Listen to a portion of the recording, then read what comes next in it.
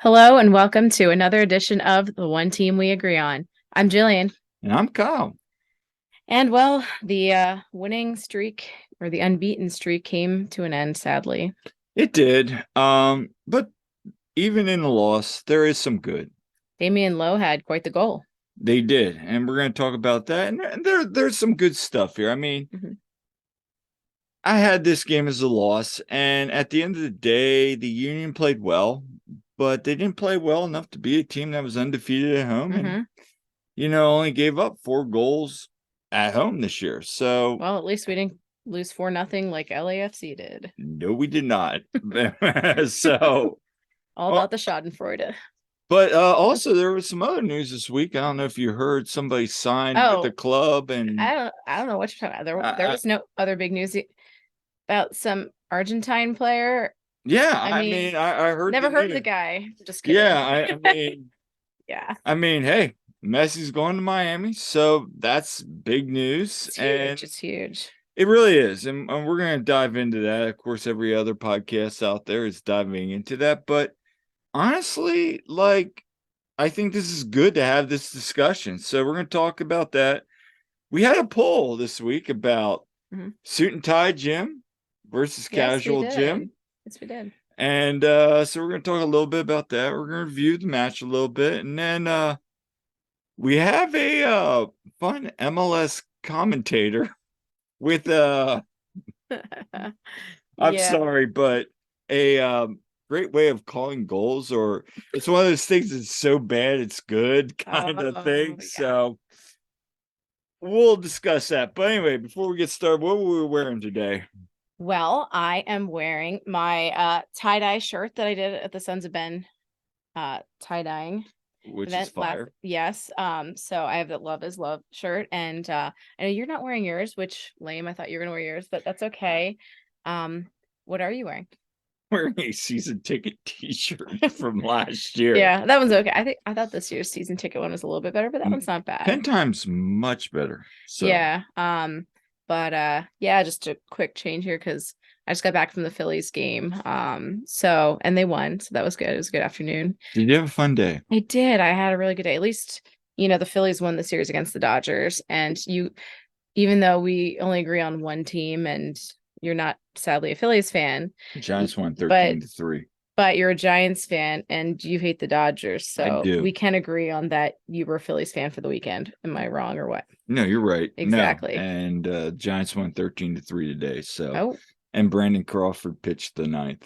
He did? Yes, and he pitched really well. Wow. So that's something. But this is not a Giants Phillies podcast. So yeah. Well, and speaking of the Phillies, though, I wore my white Union hat. Yeah, because it definitely went better with my maroon Phillies jersey that has Darren Dalton on the back. And but I did get people behind me. They're like, "Doop." They saw that, and I had my clear bag, and but we were exiting. You saw a couple Union players. Well, I saw someone in the Pride jersey from this year. And going down the escalator in front of me a little bit. So that was cool. I was like, oh, hey. And my sister just rolled her eyes at me and she's like, of course. Union are massive. What can I say? We're getting there. Yep. We're becoming a thing in the city, which you gotta love. To see it. You love to see it. So before we get started, make sure you follow us on social media and interact with us. We love to hear from you. You can follow us on Twitter at TOTWAG. And then on Facebook and Instagram at the One Team We All Agree On, all one word. One Team We Agree On, not the One Team We All Agree On. Oh, you did. You went there. Oh, you went there. Yes. Or the 10 teams we all can't really understand or agree upon in the cinematic universe of multiverse. In the multiverse, you're a 5 for 5. Philly fan. It's 10 teams we can't agree on. Anyway, that's a group chat. Which I'm not a part of. And Billy and Todd, I'm calling you out on that. Wow. Okay. I feel left out. Shots are fired. Yeah, I'm not part of No Ma'am. Okay. And you can follow us on Google, Apple, Spotify as well.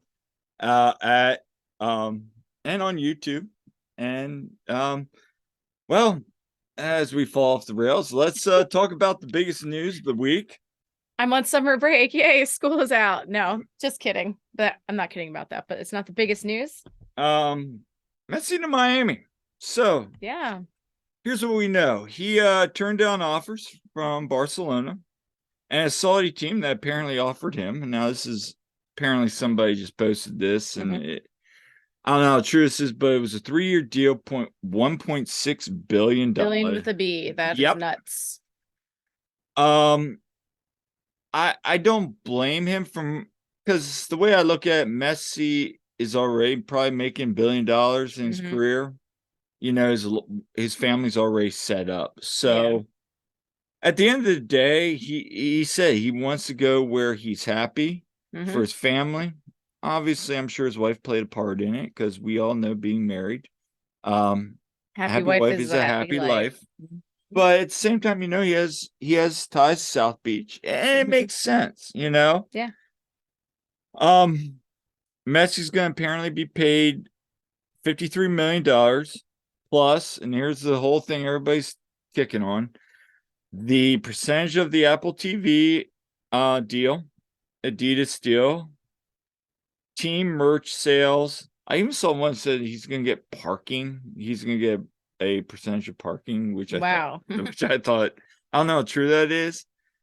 And then kind of he'll have ownership in the club, and even like kind of like the Beckham deal, he'll have the opportunity to buy a club, maybe even. I've seen so many things. I guess we'll have to wait till he actually finally signs, you know. Right. But you know, at the end of the day, that's kind of what you get from Messi. One of the things I think people are starting to realize is the Messi effect.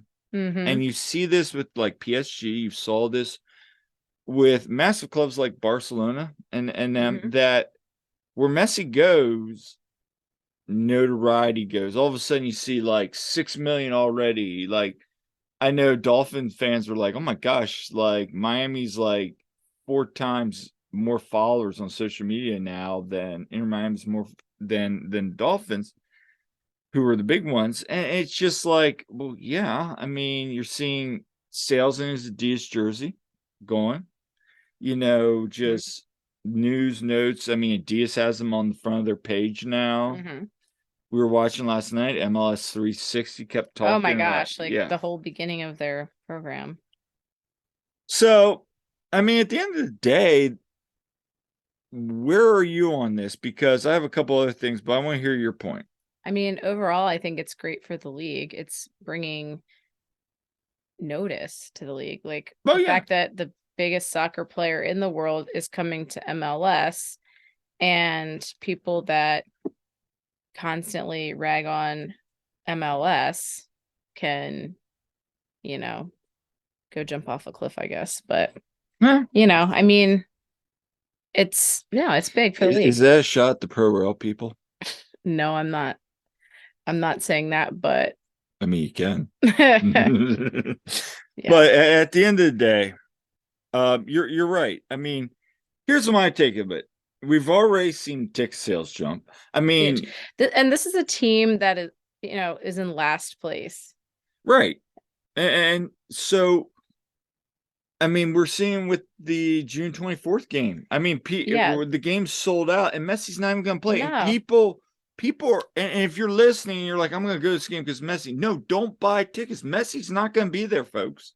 I mean, if you want to go to the game and all, cool. But like, just understand Messi's not going to be there. And and from talking with people like that I know that aren't Union fans, I actually did hear, as soon as saw he was going to Miami, we looked at, Miami's playing in Philly, and I was like, yeah, Messi's not going to be there, you know.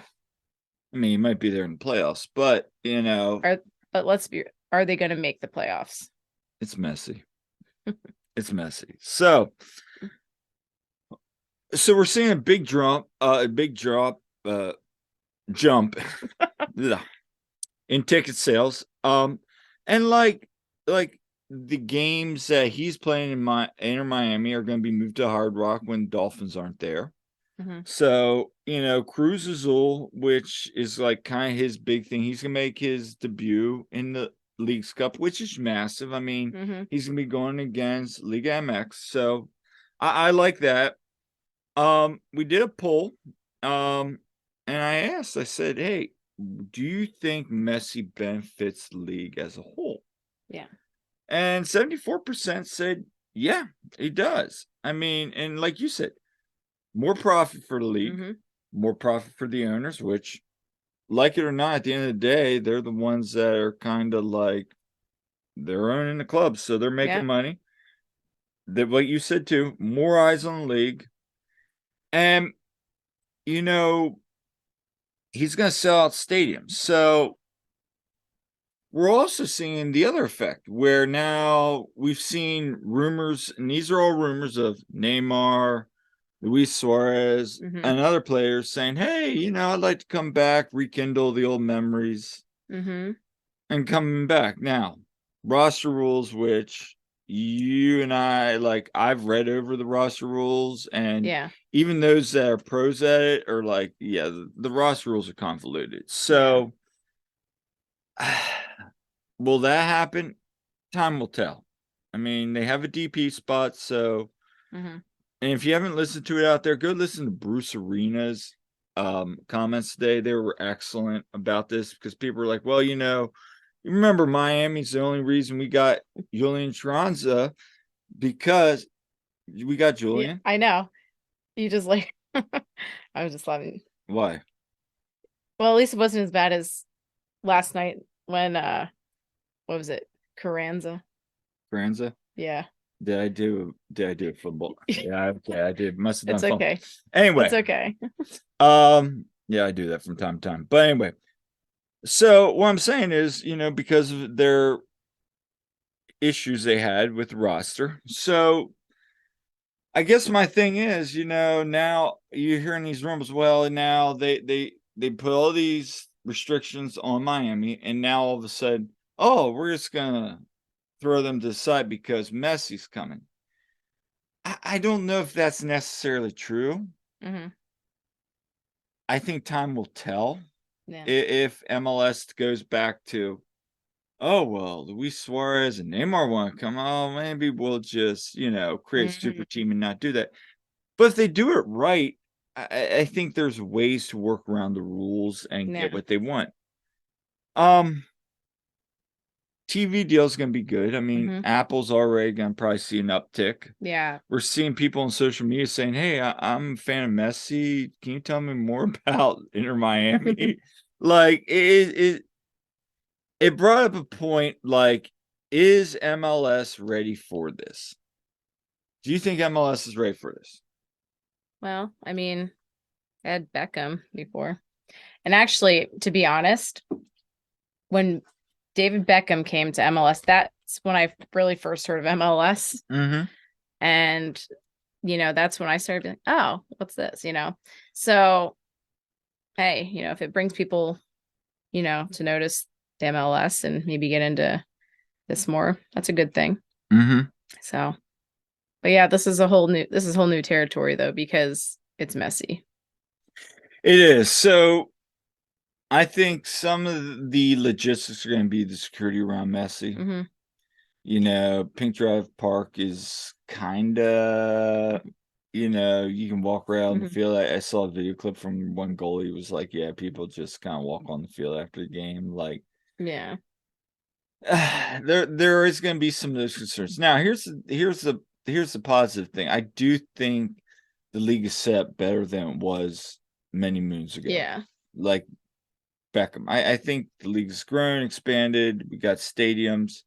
You're seeing teams like Atlanta, like Charlotte already saying, hey, we're going to open up the entire stadium. Yeah. And that's cool. So Todd Lewis asked us, do you think, because we're seeing it already, should the Union, when we play Miami, not this time, but in the future, should we move that game to Lincoln Financial Field? Oh, I love the Sub, It's our home. It's our home. Would we be able to fill up Lincoln Financial Field? Yeah, probably. I don't know. I don't know. What's Lincoln Financial Field hold? I don't know, but it's a lot more than, I mean, it's a football stadium. I mean, maybe the World Cup, but I just don't know.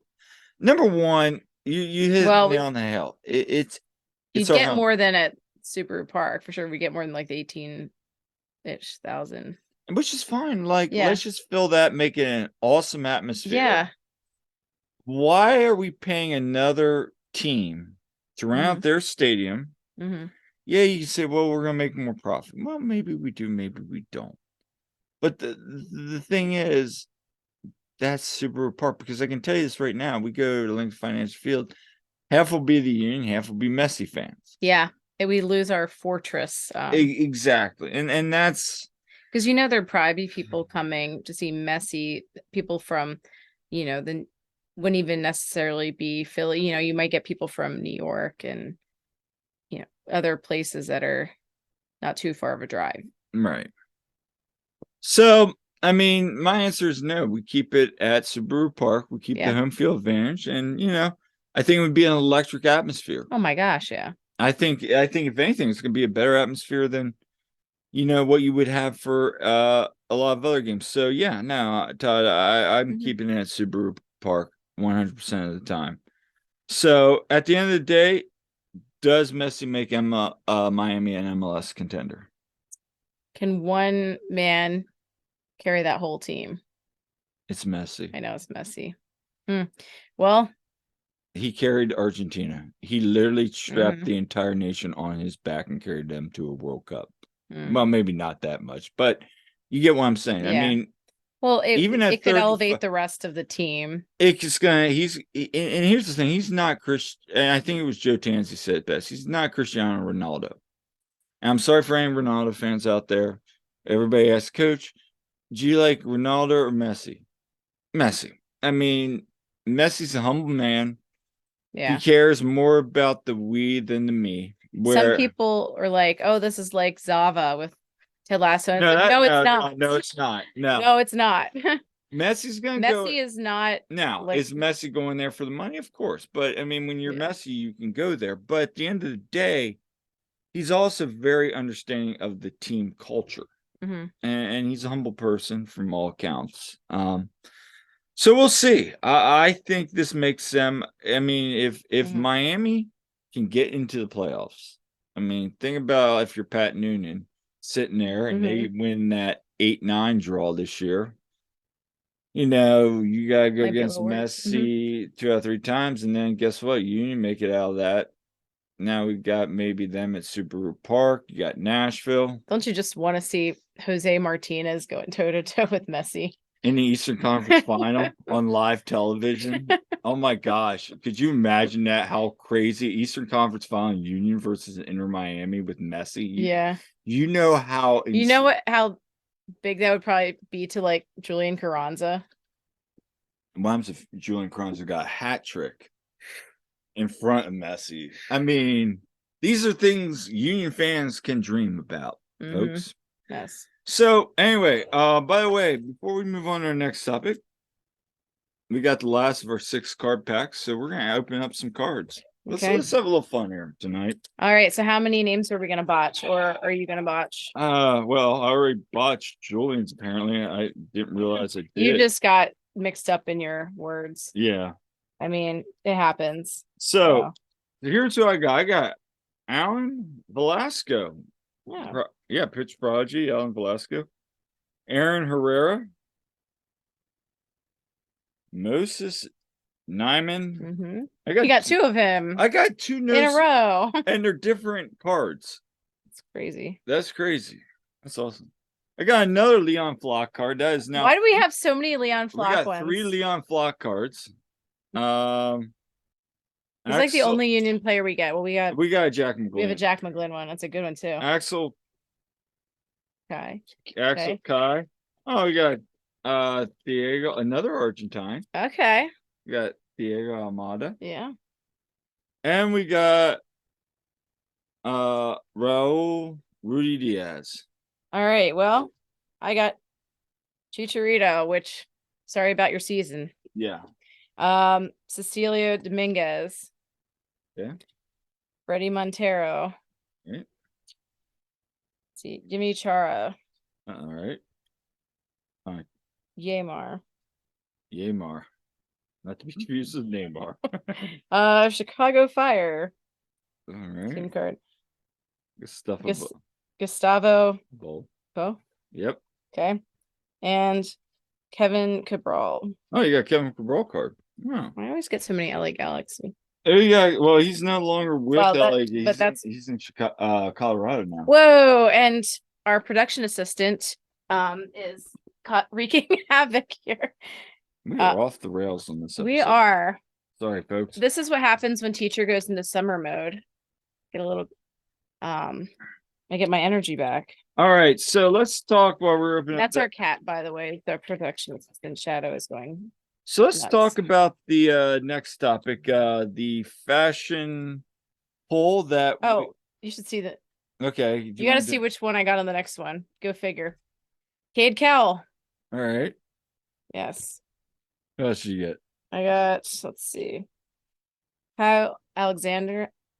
See, I'm just as bad as you now. Yeah. See, Christian Roldan. Yep. Caden Clark. Oh, that's one of those. Those ones. Yeah, yes. One of the rare ones. Jesus Ferreira. All right. I told you I keep getting LA Galaxy. Here's an LA Galaxy team card. All right. Abubakar Keita. And Christian Ortiz. All right. So there we go. There was some fun. All right. So we got 3 more packs to open up. But before we do that, let's talk about the poll we posted this week. Yes. So this has been a fun one, folks. We go back and forth about which style of gym we'd like. Pre-2020 MLS Cup is back. Suit and tie gym, or 2020 on casual gym. And you were pro casual, so give me your thoughts on that. Yeah, so I think he looks sharp. Of course, yes, he is like basically a walking advertisement for the team store, and I don't mind. There has been things that he has worn that I've been like, yeah, we need to go get that, such as the navy blue Philly jacket, the button down one. We saw Jim wearing. I'm like, oh, that's sharp, and I got that for you for Christmas last year. And like some of the Mitchell Ness stuff I saw last night, he was wearing like the new gray hoodie. But yeah, lots of stuff like that. I always like seeing what shoes he's wearing too, because we all know Jim has a great shoe collection.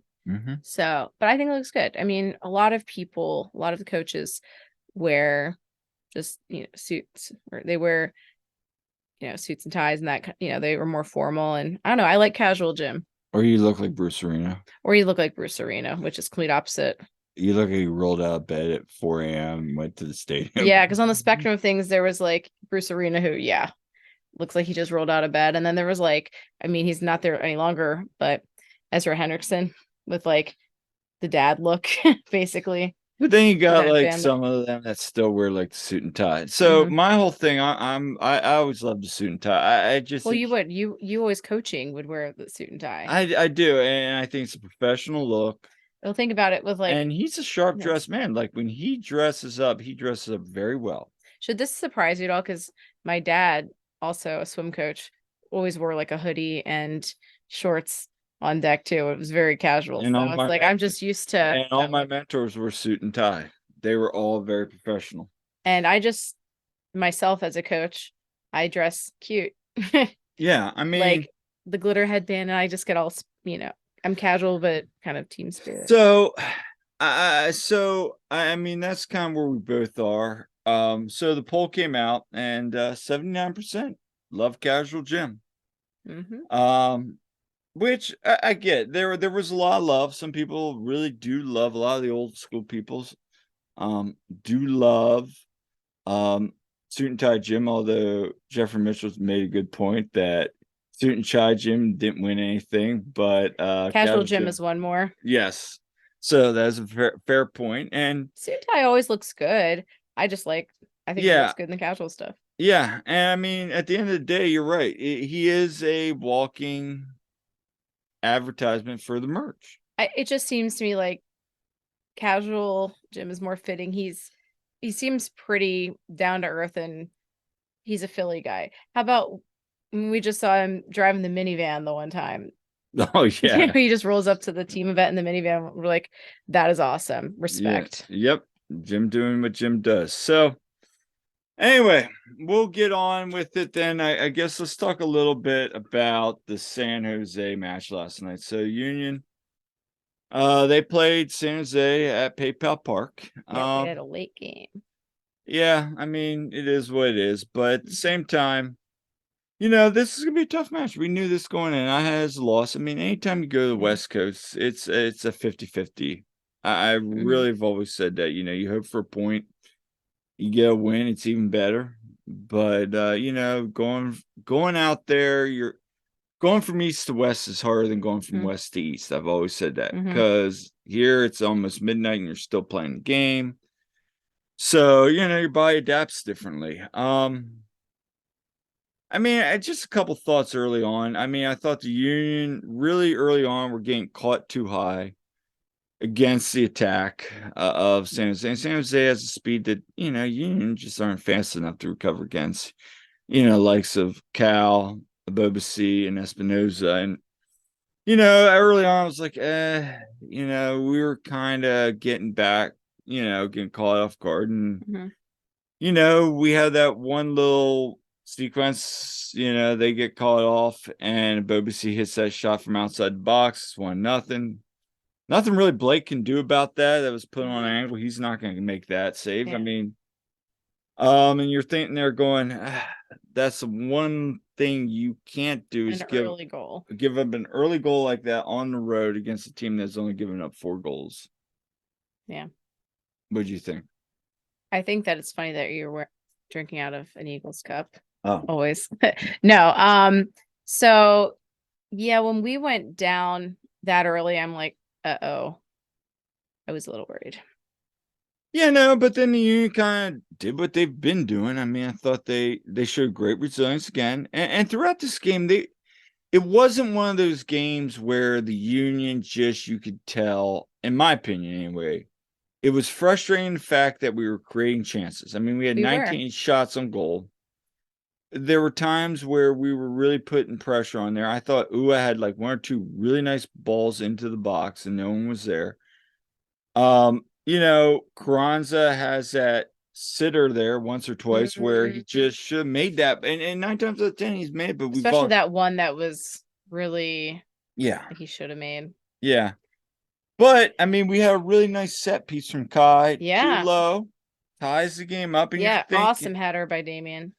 And you're thinking, hey, okay, let's get going. And once we tied it up, I was like, okay, got a shot here. But we went to the half, and I mean, you go into half, and you're thinking, okay, we get out, maybe we get a second half goal, we'll walk away here 3-2, or we just hold them tight. And I thought his brand was really good with Flock in the first half. But once Low went out, he kind of not his best. It was not his best. He struggled that second half, and it's unfortunate. I also want to say I think both the goals that came out would have been stopped by Martinez, or at least we were definitely missing him. And I know there's nothing to do about it, but it definitely was frustrating considering what a soft, yellow that was that cost him playing in this game. Yeah, you could definitely tell Jose was missing this game. Not only with his balls up in the front, but just with his defensive prowess, especially in the second half after Low goes out with the hamstring, which again is a whole nother thing because once again there's another hamstring injury. So yeah, we don't know what's happening with that. And of course, we've also heard Bizo hurt his leg. I don't know what the status is with him at the moment. Hopefully Jim will give us an update this week. And the second half goal is, a turnover leads into, a goal that there's nothing Blake can do about it.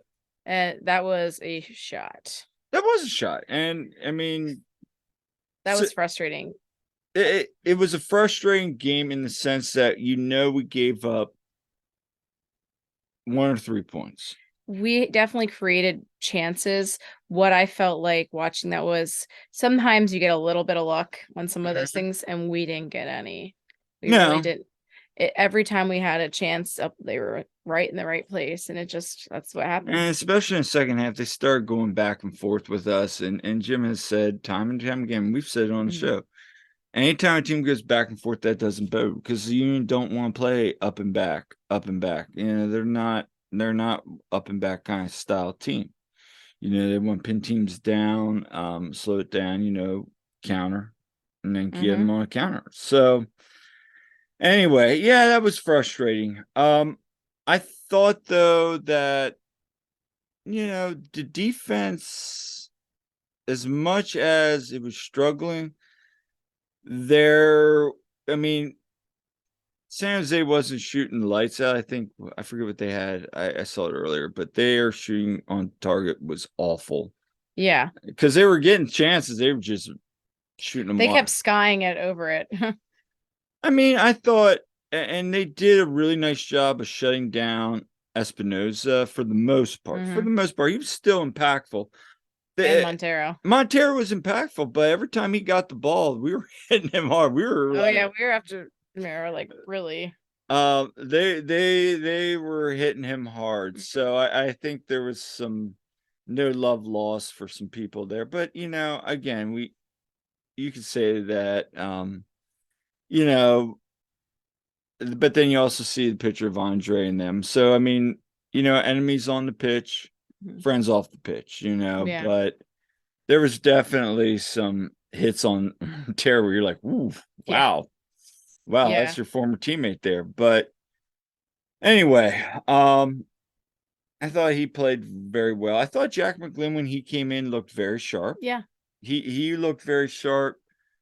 Ua looked good. Carranza did not look good. It's not his best game, and that's disappointing because he's been so good. It really was. Well, I guess he can't get, player of the week for 3 weeks in a row. So no. But and then also, luckily though, Nashville and Cincy only got draw out of that. We lucked out there. But at the same point, you played well enough to get 3 points. And you don't get those 3 points because we can't finish the chances. And now that makes the Shield chance a little tougher, and we're about to lose players to international duty. Yeah. And then we're going on the road against Atlanta. That's gonna be tough. We're going against the road against Nashville. That's gonna be tough. Orlando struggles at home, but they're playing good ball right now. So we gotta get some points. I mean, I think we gotta get three in Orlando, but I don't see it happening. Or at least we gotta get 8 points in Orlando. Yeah. And we hope that some of these teams hit a setback. I mean, that's really what it's gonna be right now. But hey, you know what? At the end of the day, like we were talking about today, all we got to do is get in the playoffs and anything can happen. This is true. Any thoughts on the game? Yeah, I mean, it wasn't awful like some have been, but yeah, it was disappointing. I was hoping for at least a point in that one, so that was a bit disappointing. So let's finish up opening these cards, and then we got one, and we're not gonna end on a down note today, so we're gonna have some fun. So every time we go to open these, somebody gets excited. Yes. Our cat is like down at our feet. Do we even really need? So I opened up this. Do we even need to? Oh God, burn that thing. Okay. No, we're not even going to announce that card. You can probably guess which team card it is. We got Jack Price from Colorado.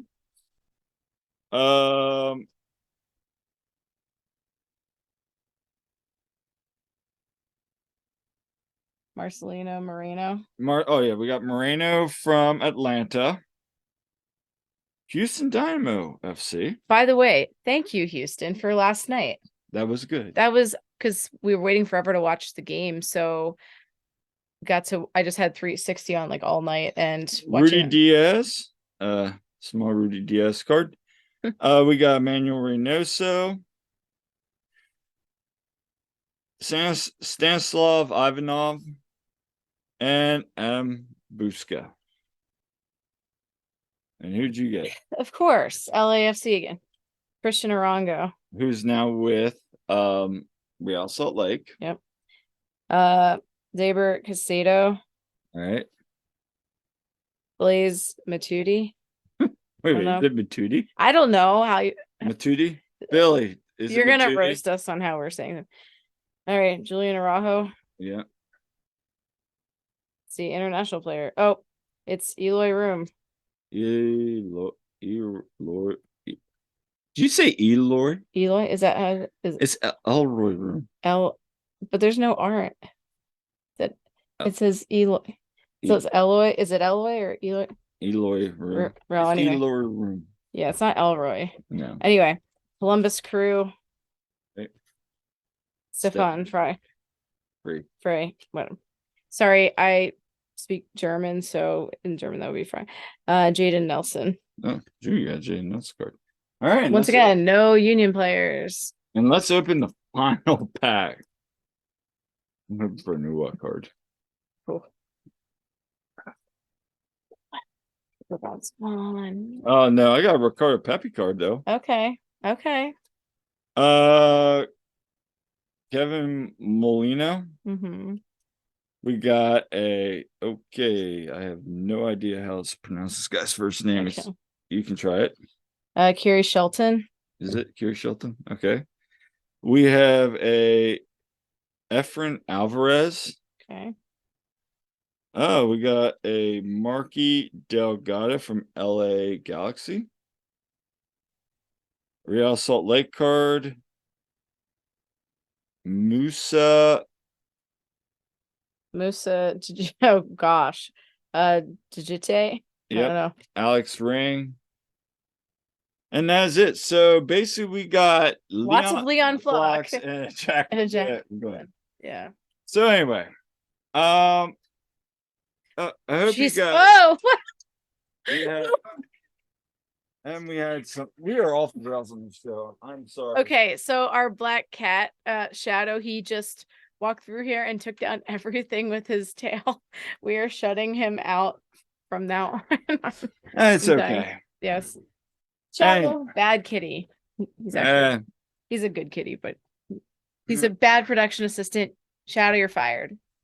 Anyway, we're off the rails tonight. So anyway, let's wrap the show off. It's a very special episode of The One Team We Agree On. Do we want to talk about the Jen Hildreth? Yeah, we do. So Jen Hildreth is a announcer at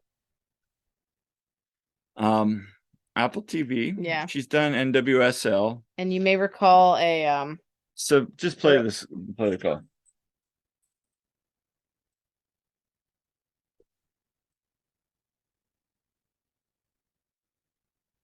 Oh my God. I mean, that is just really like, and I've seen some of her other calls. I was watching some. She just goes from like, and we're going here and we're going, like she goes from 0 to 100 in like 1 second, and you're like, what are you doing? Like, we listened to Ted and Joe Cannon last night and for San Jose, and they did a good job of their voices mimic the action on the field. When like San Jose or the Union were making back, they would get intense, like they were trying to do it. She's like, yeah, we're here, we're going down, there's a ball, oh my God, and it's shot and goal. It's like, wow.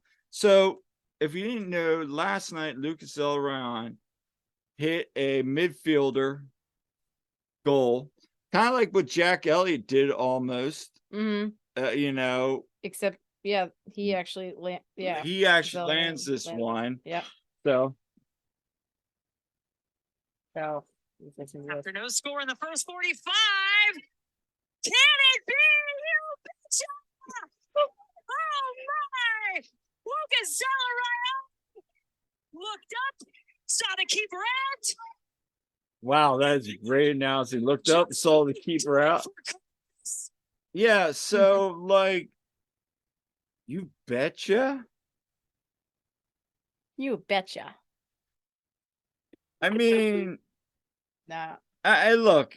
I Hey, mean, it's all good. credit to her for making You know, that far and being a female yes, announcer. as a female, I fully support that, and I think that is awesome because we don't have enough But female. my gosh, you Okay, to be fair, I know I wouldn't do any better. I'd probably I sound know, but sometimes worse. my gosh, Sound like talk, but she's had like this year, like 2 or 3 really. I saw another one where it was really bad. Like, it's so bad, it's comical. I mean, so that I would say Kate Scott with the 76ers. A lot of people were not as big of a fan of her last year and thought she'd get a little too amped up at times with her. But like, but I thought she was really good this year, and people got more used to her, and she sounds way better than those calls we just did. So I don't know. Sometimes it's just a bit when you're not used to it too, but yeah. The Torres goal, that one. So anyway, Yes. well, we appreciate you sticking with us as we were off the rails tonight. We will do better next time. Hey, the Union are off for a week. We will be down for a season ticket holder event. So if you see us, say hello. And we'll be hopefully having some interviews in the next week or so. And with summer break, brings us a little bit more time, flexibility to do that. But before we head out, thank you for listening. And again, we'd love to hear from you, so make sure you subscribe on the way out. Leave a comment too. Hope you enjoyed this episode. We'd love to know what your thoughts of Messi were. And we're gonna bring in our lazy production assistant here. Yeah. This is Shadow. Yes, he is. He's a good cat. He gets a little excited. Yes. But and then if you have any ideas, things we'd like to hear us cover, feel free to comment there as well. But yeah. Until next time, this has been the One Team We Agree On. I'm Kyle. I'm Jillian. And we'll see you next time.